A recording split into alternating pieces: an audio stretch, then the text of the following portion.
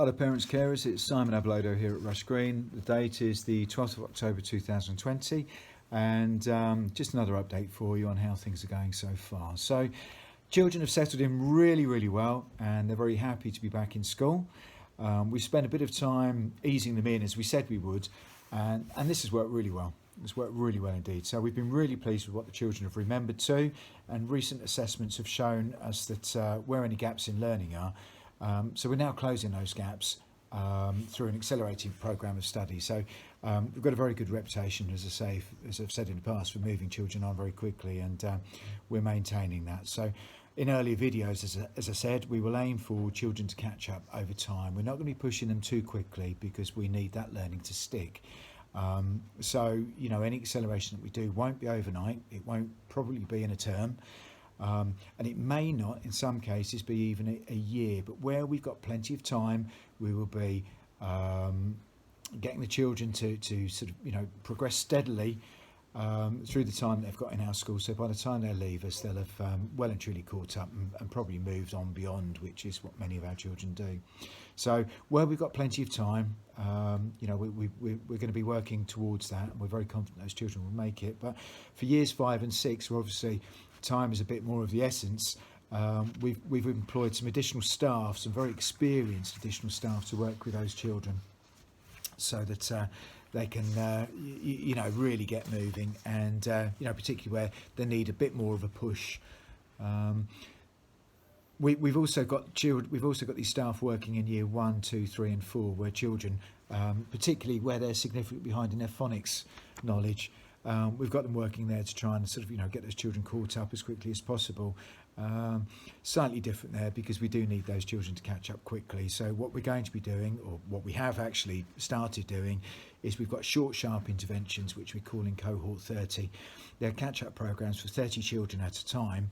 And those catch-up programs get those children caught up very quickly in their phonics knowledge, which is kind of like the foundation for reading, spelling, writing, everything else really. Once those groups are done, then we'll pick up another 30 children each at a time. So obviously depending on need, some children will need it, some won't. Now, moving on from our catch-up programs, obviously the government have an expectation, and we do too, to make sure that children who are having to self-isolate because of COVID-related illnesses or family links in the home having to self-isolate, we need to make sure those children aren't missing out too. So we are preparing work for children having to stay home, and we haven't quite got a perfect system yet. And what we've been doing is been taking lots of parent feedback on this, and we are experimenting at the moment with live online teaching, which worked particularly well for the class that we had to isolate in year 2 a couple of weeks ago. Where we can't manage that, so we're thinking obviously where we've got children who are, we've got individual children from one class, and obviously the class teacher will be in class teaching their own, you know, the full remaining class. It's going to be very difficult to manage that. So, you know, live teaching at least. So we're looking at using existing online teaching material from the Department for Education. They've got some recommended sources that we'll be using, so it may be that we'll be using some of the Oak Academy stuff. It won't be our teachers delivering this stuff, but you know, it's probably as close as we can get to managing some live teaching, which will take the pressure off parents at least at home. So that's what we're thinking there. But I'm going to be working with staff on finalising our policy this Wednesday, and I'm hoping to get that all out to you by the end of this week, so that you can see what we're aiming to do and how we're aiming to go forward with all of this. It needs to be manageable. It's a key thing for, you know, for all of us, certainly with the resources and the you know, the tech that we've got in school, which is quite old, unfortunately. The key thing though, I think for all of us, is that we need to make sure that if children are self-isolated, that they are getting access to this work. So you know, staff are aware that this needs to be done, but if you find that you are having to self-isolate with your children, you're not getting work sent home, please let me know, and I will make sure that is chased up, and we'll get something, you know, if it has to be delivered to you or whatever, we'll make sure that your children aren't missing out. All right, we're all very conscious that they've had a lot of time out of school already. So moving on to Parents' Evening. Now, over the next 2 weeks, we've got Parents' Evening. That's being delivered via phone call. There's still 1 or 2 spaces that need to be booked up, so please make sure that you do use this opportunity.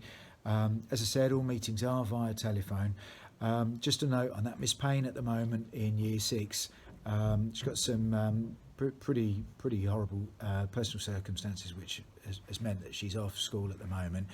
She's not ill, so you don't need to worry about that. But I'm sure she'll speak a little bit more about that herself when she meets with you parents later on. But she will pick up her parents' evening appointments when she returns to school. But more on that when she returns. But other than that, that's all from me. So please stay safe. Thank you, all of you, for wearing your mask and supporting the staff and your children so well.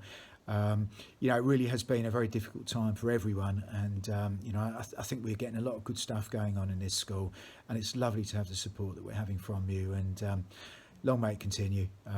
You've all been brilliant. So that's me signing off now, and take care. Thank you. Bye.